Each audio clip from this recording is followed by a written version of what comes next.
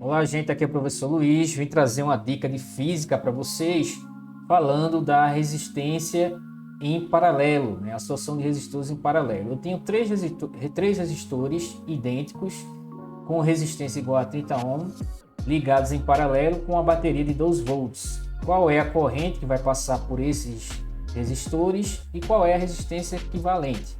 Ou melhor, qual é a corrente nesse circuito e qual é a resistência equivalente? A gente tem que lembrar da primeira lei de Ohm, que a tensão, a diferença de potencial, DDP, em volts, é diretamente proporcional à corrente vezes a resistência em ohm. A corrente vai ser em ampere e a resistência vai ser em ohm.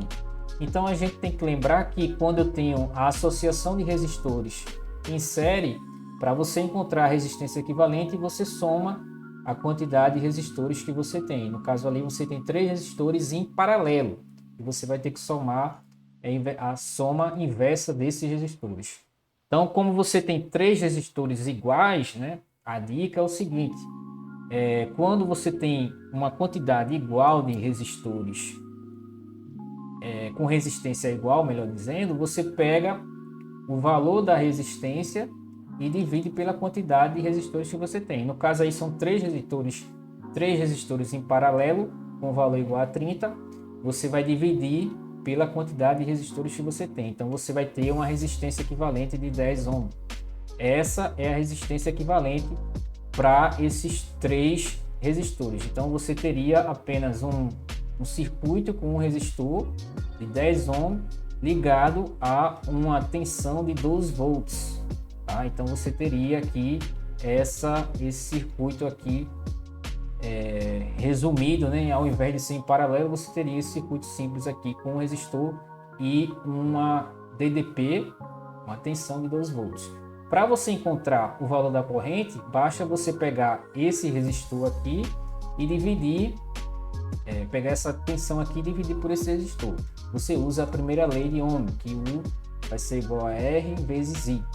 Então aqui você quer encontrar o I, então o I vai ser o U sobre o R. Então aqui vai ficar 12 volts sobre 10 ohms. E isso vai dar uma corrente de 1,2 ampere. Então você tem aqui a resistência que vai passar. No entanto, se você for analisar a resistência que vai passar por cada um dos resistores, você tem que verificar que essa corrente vai ser diferente. Aquele resistor que tiver um valor maior, a corrente vai ser menor. Então você tem aqui, por exemplo, se você tiver uma resistência de 30, uma de 20, uma de 10, uma de 5, a corrente vai ser maior naquele resistor que tem um menor valor. E a corrente vai ser menor com aquele resistor que tiver maior valor. Então a corrente vai ser inversamente proporcional ao valor da resistência. Resistência menor vai ter uma maior corrente, resistência maior vai ter uma menor corrente. Como aqui eles têm o mesmo valor da resistência, que é igual a 30, então a corrente vai ser igual nos 3 resistores. Então você não vai ter diferença na corrente que vai passar aí por cada um dos resistores.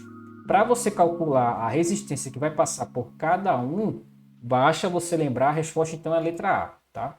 A resposta é a resistência equivalente, o R equivalente é igual a 10 ohm e a corrente é igual a 1,2 ampere.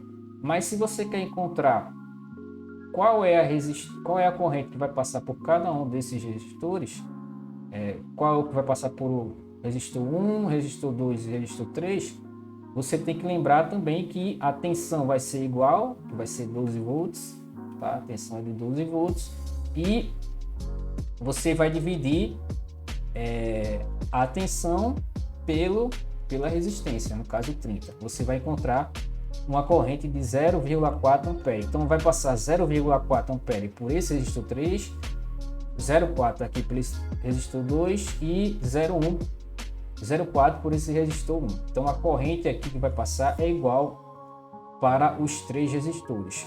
E a soma dos 3 vai ter que dar justamente 1,2, que é a corrente total, certo? Então essa foi a dica aí para essa questão de vestibular e a gente volta aí com mais dicas aí para vocês, tá? Até mais.